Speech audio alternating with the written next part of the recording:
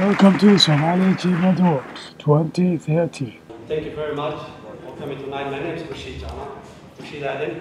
I'm the director of Haya. I would like to welcome you all to the 5th year of Haya Awards, Achievement Awards. This year is different, and we've been really organizing this event for about 3 months, and we received a lot of nominations. I believe that most of you have been here for the past few years, but this event is different. It's about encouragement, it's about motivation, our community. We would like to see our young generation coming up in this country to integrate it, and also to be a part of the society. We would like to see, as you all of you know, that we have a lot of councillors in the UK, and a lot of people doing a lot of work behind the scene. So this event is just to bring them up and to also to show that the wider society that there's a lot of people working in the police, in the community, councillors and young people who are achieving well in the schools and in education. And this event is motivation, and hopefully we're going to continue next year. But thank you very much for coming. I would like to thank everyone who's been organizing for the past 3 months. A lot of volunteers took part to organize this event. I would like to thank the councillors, mayors, and all the other guests who are with us tonight. aad iyo aad baa mahadsantihiin waa dhammaantiin xafladan kusoo dhawaada waa sanadkii shanaad ay gasho oo aan soo qabanqaabinaynay insha allah waan sii wadi doonaa xafladani waxa weeye xaflad horumarida motivation iyo wax kusoo kordhinaysa community-geena dhammaantiin meel kastaan joognaba UK oo u furan London iyo hareeraheeda marka waxaan idin sheegayaa in runtii dad badan ay soo qabanqaabiyaan oo ka caawinaya joogana aad baan ugu mahadnaqayaa dhammaantiin dadka meelaha fog ka yimaada aad baan ugu mahadnaqayaa kusoo dhawaada xafladan caawa inoo furan tahay inshallah it's a program is still a long program we have entertainment we have the awards we have few speeches here tonight but overall thank you very much for coming tonight and I hope you enjoy us tonight. Thank you.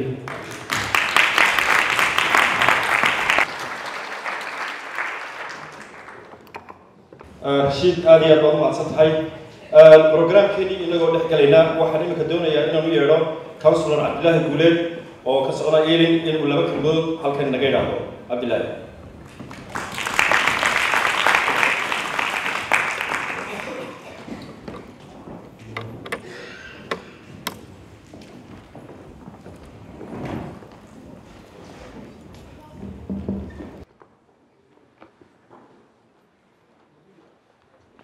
I remember actually, a phrase coined by John F. Kennedy on his inauguration 20th January 1961, where he said, ask not what your country can do for you, ask what you can do for your country. And that's really true. A lot of people actually even go back from here to earn some money because they say a lot of money is going out to Somalia. We see so many dictators in so many countries that once they come to power, they will never relinquish. As Barack Obama said the other day on the memorial for Nelson Mandela, he said, many who share his ideals, but they cannot tolerate any dissent, from their fellow countrymen. So really, I'm glad here that, we're all here together to give awards, and I wish you all the best, and I hope, we'll have many more awards and many more support. And thank you very much.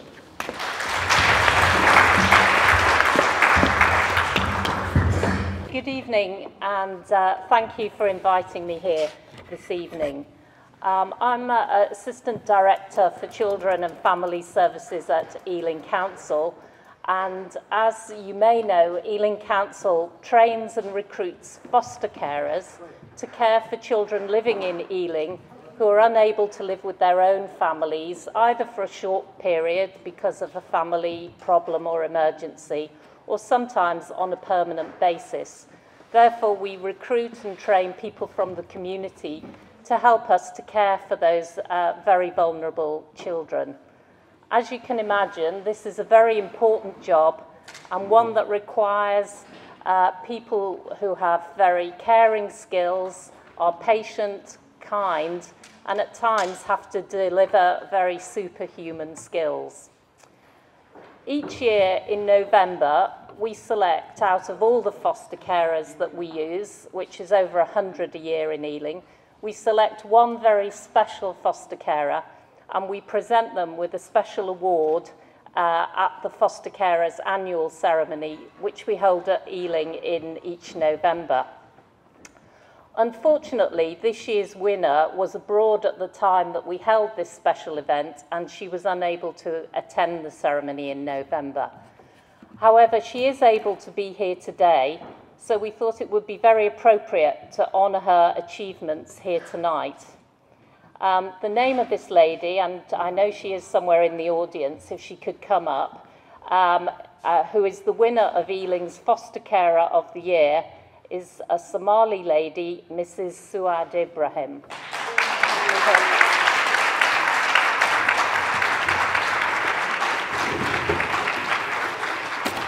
So if Suad could, I know she's here with her friends and some family, if she could make her way up to the stage. I'll just tell you a little bit about her and why she's so special and why she's made such a fantastic contribution to the children of Ealing. She was approved as a foster carer, one of our very first Somali foster carers, nearly 8 years ago. During that time, she's done some excellent work for the department, and she's fostered and provided a safe, caring and warm home for over 20 children.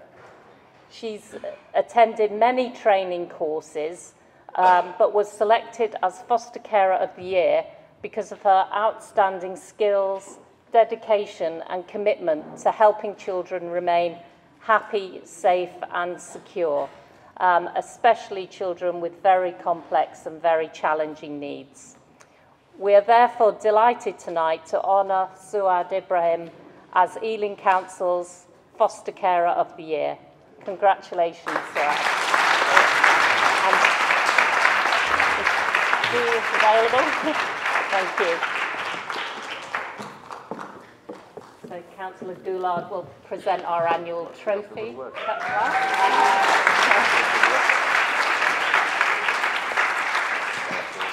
And also a well-deserved bouquet. So thank you for everything you do for our children in Ealing. Thank you.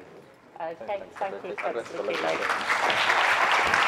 magacayga waxaa la aadan jamac kaahin waxaana ka ahay xildhibaan deegaan magaalada Milton waxaana ka mid ahay guddiga fulinta xisbiga Labour Party ee magaaladaasi waxaan isla markaana ahay gudoomiyaha jaaliyadda Soomaalida ee Milton dhammaantiinba waad mahadsantihiin waan ku faraxsanahay caawa inaan ka soo qayb galo xafladan oo aad igu horeysaan nimid waxaan aad iyo aad u mahadinayaa sida fiican loo dhiirigelinayo carruurta Soomaalida waxaan jeclaan lahaa weliba inay xagga kubadda cagta iyo basketska hablaha labadaba xoog lagu dadaalo si ay uga hor yimaadaan arrimaha kale ee dhibaatada sare suuqa yaalla kolley waxaan malinayaa dad kale iga dambeeya ku dheeraan maayo waad mahadsantii dhammaantiinba sidaa iyo asalaam.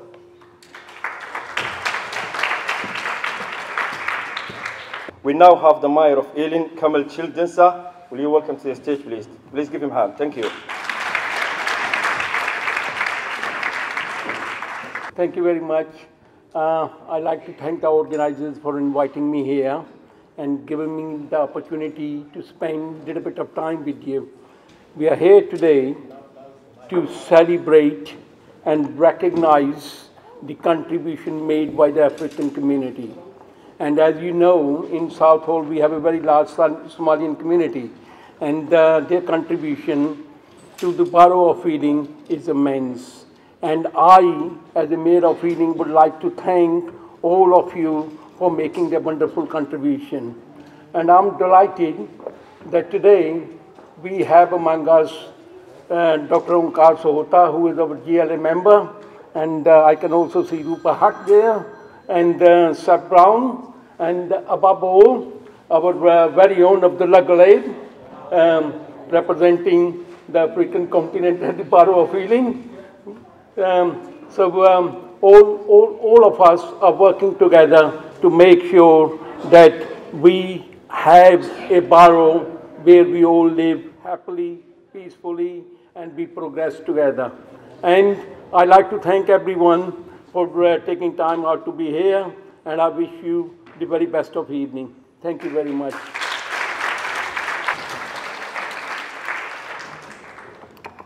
The Habshil takes the social responsibility serious. When the community is happy like this and celebrating achievements, the Habshil should be part of it, and it is. When there is a calamity like a drought in the past 2 years, the Habshil was one of the champions to support the community. As you know, development and stability, like they say, is two sides of one coin. And education is the key for development. So I would emphasize and add my word and support to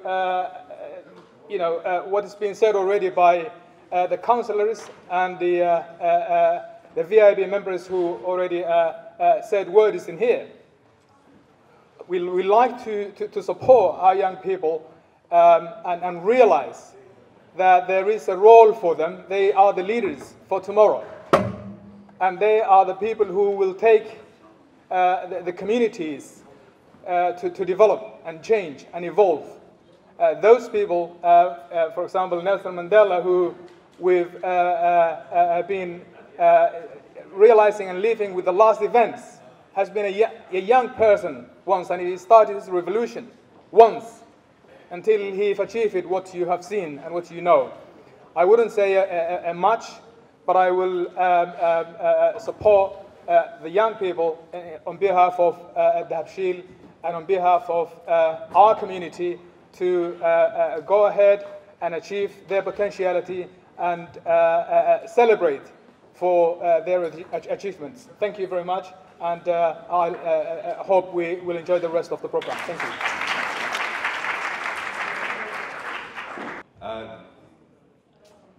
Fied Wanaagsan. It's a real pleasure to be here tonight. This is the second time I think second or third time I've been to these awards. To have role models like Dr. Ghalib, Councillor Dr. Ghalib, to give him his full title, and many others who I've met over the years who are professional, educated, pillars of the community, who are a real role model and an inspiration to the next generation. I'm proud of what you're doing, delighted to be here and to assist in giving out the awards tonight. Mahad Salid.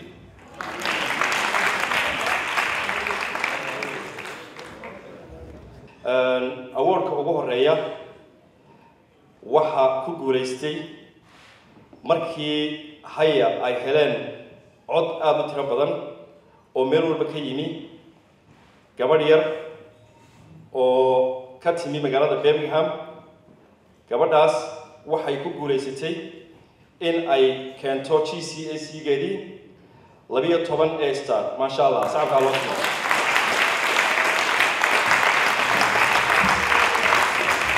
sacabka loo tumo Allah soo kaco gabadhaas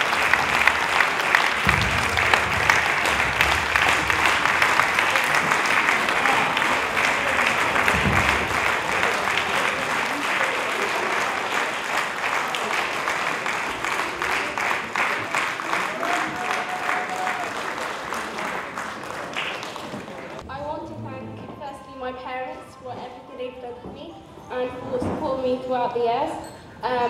I want to thank whoever organised this event, and I realised with my mum's dedication and her encouragement that anyone can do anything that they set their mind to. I came from a disadvantaged school that was below the national average, and still in that school many of us thrived, and I achieved 12 A stars and more. And so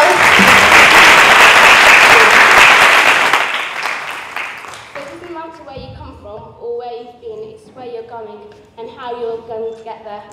So yeah, it shows that the Somali community can achieve whatever they set their mind to, and that don't believe in stereotypes. Just if you can do it, you can do it.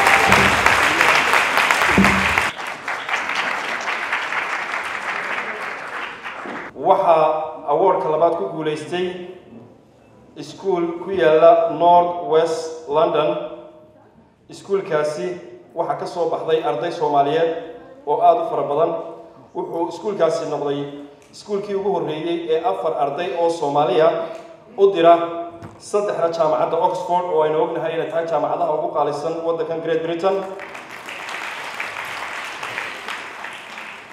mid ka midana u diray jaamacadda ku taala Cambridge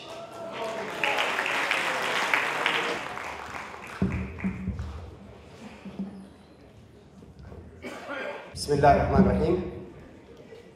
Honorable guests, dadweynaha sharafta leh ee caawa halkan isugu yimi ugu horeyn waxa aan jeclahay inaan u mahad celiyo Ilaahay oo inoo suurtageliyay kulankan waxaan jeclahay oo kale inaan u mahad celiyo Haya organization Ilaahay wuxuu yiri qofkii aan dadka u mahad celin isagana uma mahad celin marka ururka Haya oo runtii aad iyo aad ugu hawlan dhalinyarada Soomaaliyeed waxaan jeclahay inaan mahad badan u jeediyo iyo inta u suurtagelisay inay maqaamkan quruxda badan fadhigan quruxda badan ee caawa suurtageliyaan abaalmarintan waxaan ku gudoomayaa ma aha aniga shakhsi ahaan laakiin waxaan ku gudoomayaa managementka macallimiinta teaching staff Capital City Academy all staff and current staff waxaan ku gudoomayaa magaca waalidiinta Soomaaliyeed.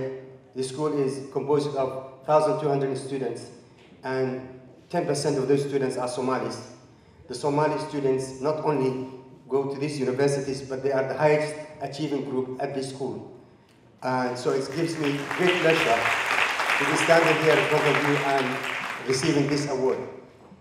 I want to say that all this achievement is not from only the students, it's the hard work of the parents, and in particular the Somali mothers. Again, on behalf of the trustees, all the staff, the students, the head of the school, I've been working this school for the last 17 years. We started from 5% of the Somali students only getting 5 A to C GCSEs. We are actually on par with the national standard now, and we are aiming to even go forward. This year, 2012-2013, the largest number of students that went to university from our school after they completed their A-levels were Somali students. So again, I would like to thank all of you. Thank you very much. It's not about me, it's about all of us. Let's move forward.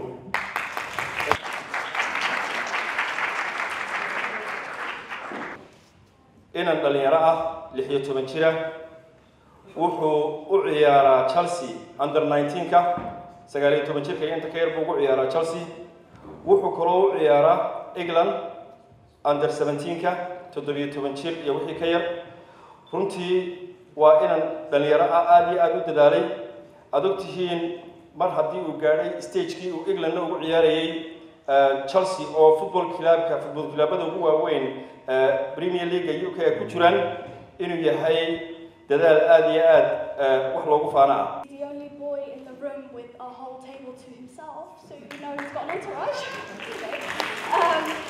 He's amazing and talented, and he's got a very bright future ahead of him as well. Can I welcome Mukhtar Ali to the stage?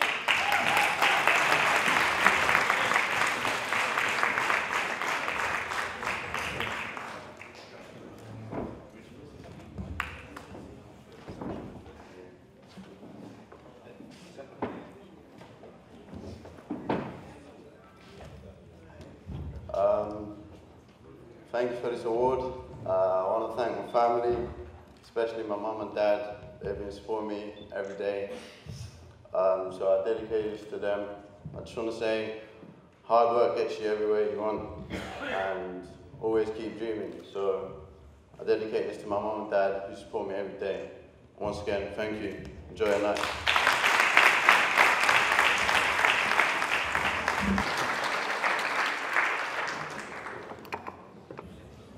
maanta aad ugu faraxsanahay in higher community ay sameeyaan sanad kasta awardka ay bixiyaan iyo joodiga ay ku bixiyaan sida Soomaalida ay u horumariyaan dhalinyaradooda si ay u dadaalaan marka waxaan leeyahay meeshina ka sii wada annagana maaragtay wixii markaan ka dambeeyo waana idin taageeraynaa waana idin garab taaganahay waxaa kaloo idin leeyahay meesha aad sii wadaan idinka iyo Daabshiil group iyo gruubyada idin la shaqeeyaba waxay leenahay waa mahadsantihiin casuumada aan ugu casuunteen waayo Soomaalida waxay u tahay qof walba wuxuu galo ama wuxuu qabto waalidiinta in loo sheego si ay u ogaadaan ay ugu daydaan Soomaalida kale marka waxaan idin rajaynayaa in aad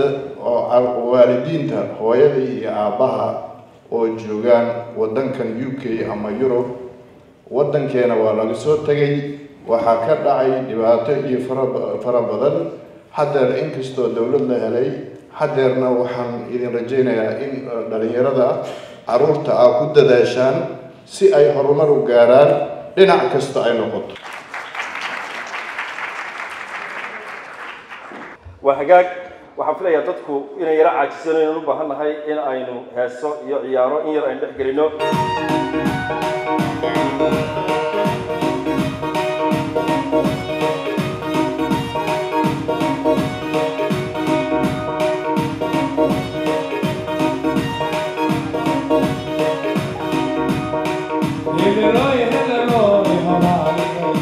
Oh,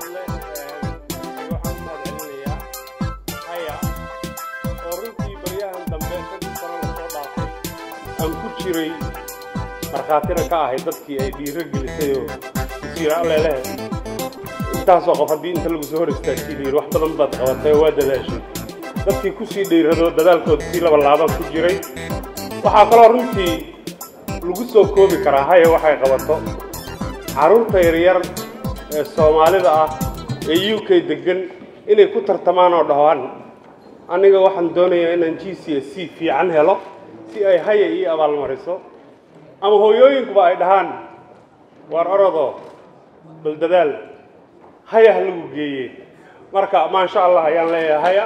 He has his own TV show which is very, very popular and has been nominated tonight also.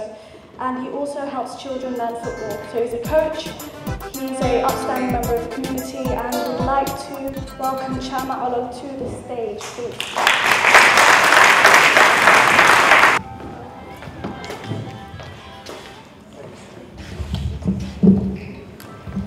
السلام عليكم ورحمة الله وبركاته. runta aad iyo aad baad mahadsantihiin hayad aad iyo aad u mahadsantihiin runta dhalinyaradeenu waa waxaa jooga dhalinyaro badan oo mudsaday in lagu farxo sida Mukhtaar Cali Maryan marar maqliday laakiin qofka bini'aadanka waliba dhalinyaradu wuxuu jecel yahay in la recognize gareeyo ama effortskiiska la award gareeyo runtana xafladan oo kale ama eventkanu aad iyo aad muhiim u yahay inuu dhiirigeliyo dhalinyarada uu effortskooda muwaafaq gareeyo runtana markaynu Soomaaliya nahay waxa ilaamato dhan laga dhawaajiyay Nelson Mandela iyo inuu role model yahay dadka oo dhan laakiin anu waxaan qabaa Soomaalideena dad badan oo Nelson Mandela kale haysana laakiin ma aqoonsanin ma recognize karno waxa fiicanka Nelson Mandela wuxuu caan ku noqday dibtuu soo maray South Africanski ayaa xaqu maanta yahay geeyay dadka inaguna waxa fiican imika waxa jooga rag badan oo councilorsa oo Soomaaliya maanta ay u horeysa ama inka mid ku horeysa inay jiraan waxa jooga kulli aan wada naqaano dad waxa fiican dadkeena inaanu kor u qaadno efskooda aqoonsano cid kasta ha ahaado si dhalinyaradeeduna u arkaan role models inay jiraan sida Raaga Ooma baa jira Maxamed Faarax Maxamed Abdo Jasiiro shaqeeyo runtu way badan yihiin dadkan ku faraxno inaguna hoos u dhigin aad iyo aad thank you very much وهجاج هورينا وقصي سؤالنا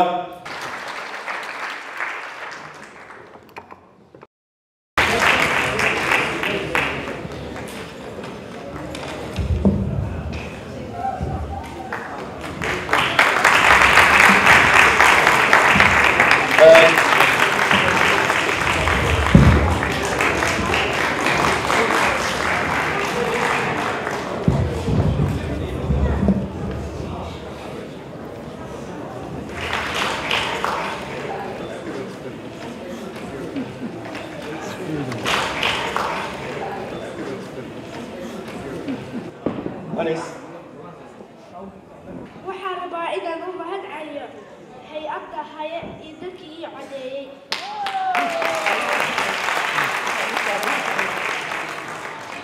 laakiin waxaadan oloobi karin hooyaday macaan hooyada lacagta halkan ma imaadeen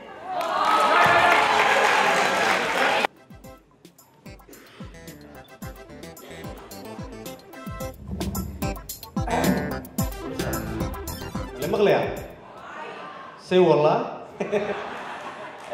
السلام عليكم دمانتي باقياتك kala duwan ay isugu timiye xafladan aadka u qiimiga qaayaha badan runaantii waxaan jecelahay ugu horeyn inaan u mahadnaqo Allah casa wa jalla inoo suura galiyay inaynu isugu nimaadno halkan gaar ahaan kadibna aan u mahadnaqo ururka haya oo isagu aan oran karo wuxuu dadaal badan u galay sidii uu dadka Soomaaliyeed bulshadooda ka dhex muuqda ama se ku talaabsada salaamooyinka wax ku oolka ah uu guddoonsiyo jaysooyin haddii aanu imaado barnaamijkayga waxaa magaciisa samaysay soo saarana ka ah Aamina Muuse Weheliyooda garanaysaan wariye weyna iga khibrad badan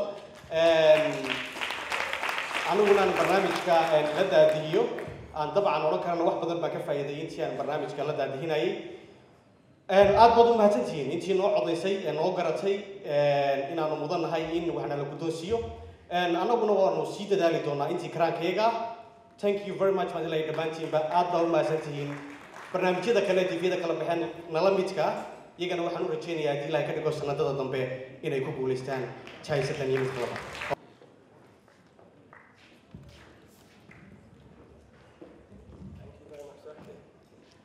السلام عليكم ورحمة الله وبركاته.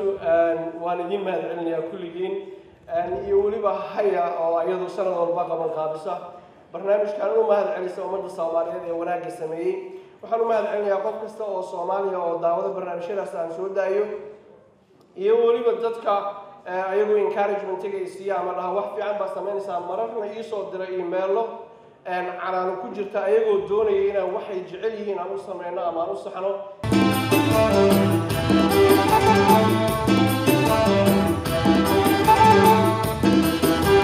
وقتي إنه عجبي هاي محبوس إلا باكرا قيمة عود كلي هاي سبو العين باكرا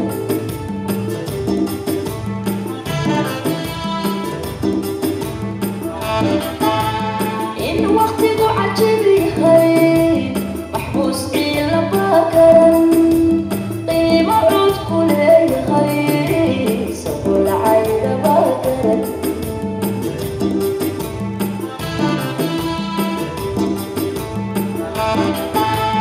لحد عافي مضغبة بريانيتي يا كرم دلالي يعرضني موت عيدو بباكرا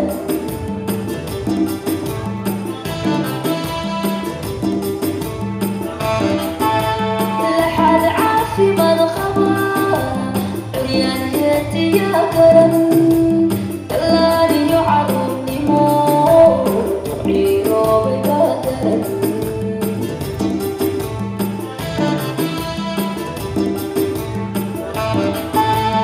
أبنى عملها بونا وإنا تغني عاقلة إياها نتذكرها كسني مكو على بحي عندي جاي قلبتها أتبكى على المضيوم وعاشقاتها أبنى عملها بونا وإنا تغني عاقلة إياها نتذكرها كسني مكو على بحي عندي جاي قلبتها رقبك على المضيوم وعاشقاتها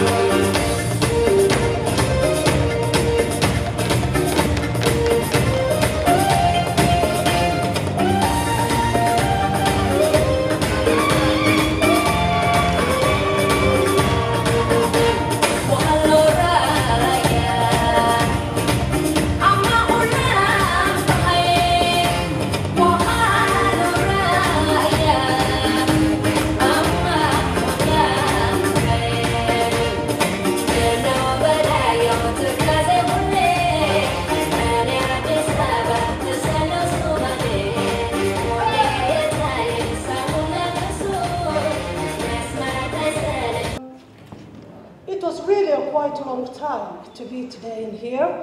We started as a volunteering with the charity, and we really work hard to restore what the mothers that who left their country, that who are refugees or probably were refugees like me, who came to this country knowing probably little, or probably the system were hard to them. As a mother, I started university, and when I completed, I said, you know what, then I have to help my group. And that's really where Sahan started. 2 years ago, we trained our group. Of course, the training was going on, the confidence building, all that were going on. Even the ESOL, from the basics we started, and then we realized in here there's a very big manpower, which is the mothers who already are caring with 5 children, 6 children, you can see today in here, and then again, who are in income support, probably job seekers. And then we said, with all this manpower that we have, how can we restore it? And how can we change that one and liquidate it, probably in a positive way? And then we started this organization, which is a social enterprise, non-profit organization, which is a home care agency. Absolutely amazing. We train 100 women right now with qualifications, QCF level 2, which is really very, very hard. It's not easy. 50 of them now are working, come out from the job center, and really they're a role model as well for their children. بسم الله الرحمن الرحيم. waxaan kulay aan aaminsanahay awardkan haddaan qiimeeyo ummadda afka Soomaaliya ku hadasha inaan ku helay bigil weeye heestanu bisikii laba ku bilaabayaayo bulshada hayaatan ugu baaqayaayo in badaaci waxdan baahi doonayaayo mar habeelahdeena ku dhaamiyaayo dad intii baraadna ku baraarujaayo dalintii baxdowdaan بري أفكني بقطة شحا خادا رأسا شعدا عدا فقا كلا معنا وهاي أي أو ساسون منيا إلى كهلي أوركني يا سلام صوت شيري صعبة صعبة حرم بلدي بري صوت نوري عدم بعدي صوت شيري عدم بعدي بري بري صوت نوري صوتي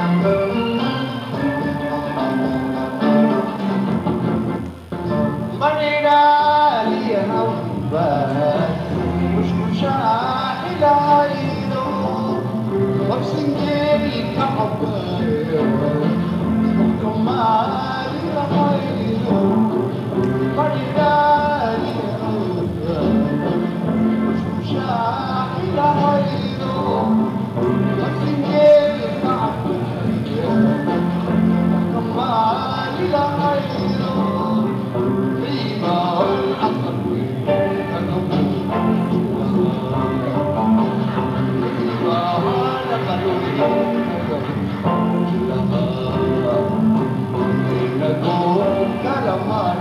I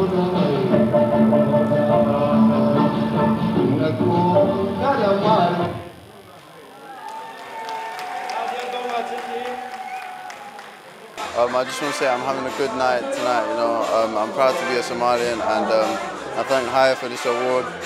And you know, hopefully many more to come. This is not the end of the road. Thank you very much. waxaan halkan jeclahay inaan ka qiimeeyo xafladii caawa halkan ka dhacday xafladaas oo ahayd mid aad u qiimo badan oo si heer sare loo soo agaasimay Bismillahirrahmanirrahim. It's the first time that I actually attend a Somali award ceremony. I think the organization was great.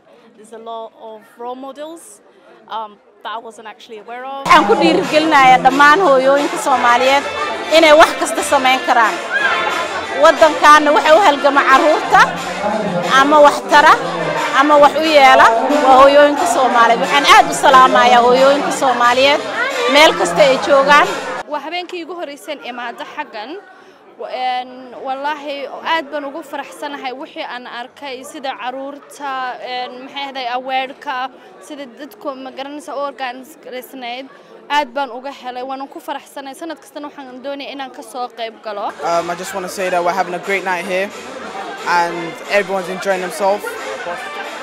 Well, it's been a good evening. Well, appreciate the person who organized this for our Somalian community, and every day they should give us community places like this. I just want to say thank you very much, and I'll just enjoy the rest of the night. Thank you. hay'adda kaliya ee arrimahan oo kala samaysa loogana bartay waxaan ugu mahadcelinayaa wanaagga iyo waxay soo bandhigaan sanad walba iyo shaqada adag oo waliba sida volunteeriga u qabtaan ayadoo cid lacag ku siisay aysan jirinin ama ay sharaf kaga doonayaan balse doonayay dadkooda u mahadceliyaan Ingiriiska 20 sano joogo wali ma arag dadkeena ka mid oo saas inay jiraan wixii kuugu yaab ka badnaayay ama ku soo jiito ka heshay taas aan la yaabay dad saas inay ku jiraan Soomaalida maanta halkan ka arkay ma ogeyn wallahi waxaan u arkaa waxyaalo ma aragtay fankeena ama dhaqankeena iyo Soomaalnimada dhigka kastaba oo soo biiray oon aad noogu faraxsanahay aan jeclahay in halka laga sii wado dhiirigelin iyo maxay xasuus waayo de waxaan soo oran karaa wax kasta ku dhanaa hayo marka waxay runtii aad u dhiirigelisaa dhammaan dhalinyarada Soomaaliyeed ummadda Soomaaliyeed haday tahay caruurta Soomaaliyeed haday tahay hooyooyinka iyo haday tahay waalidiinta haday tahay dhinaca isboortiga runtii aad iyo aad ay u dhiirigeliyaan hayo waxay qabataa munaasabadahan munaasabad la mid ah sanad kasto waana ururka kaliya ee runtii number 1 ka galay aan dhihi karo ururada ka jira waddankan sida ay u shaqeeyaan iyo sida ay u dhiirigeliyaan ummadda Soomaaliyeed horta marka ugu horeysa waxaan hambaliyo iyo mahadcelin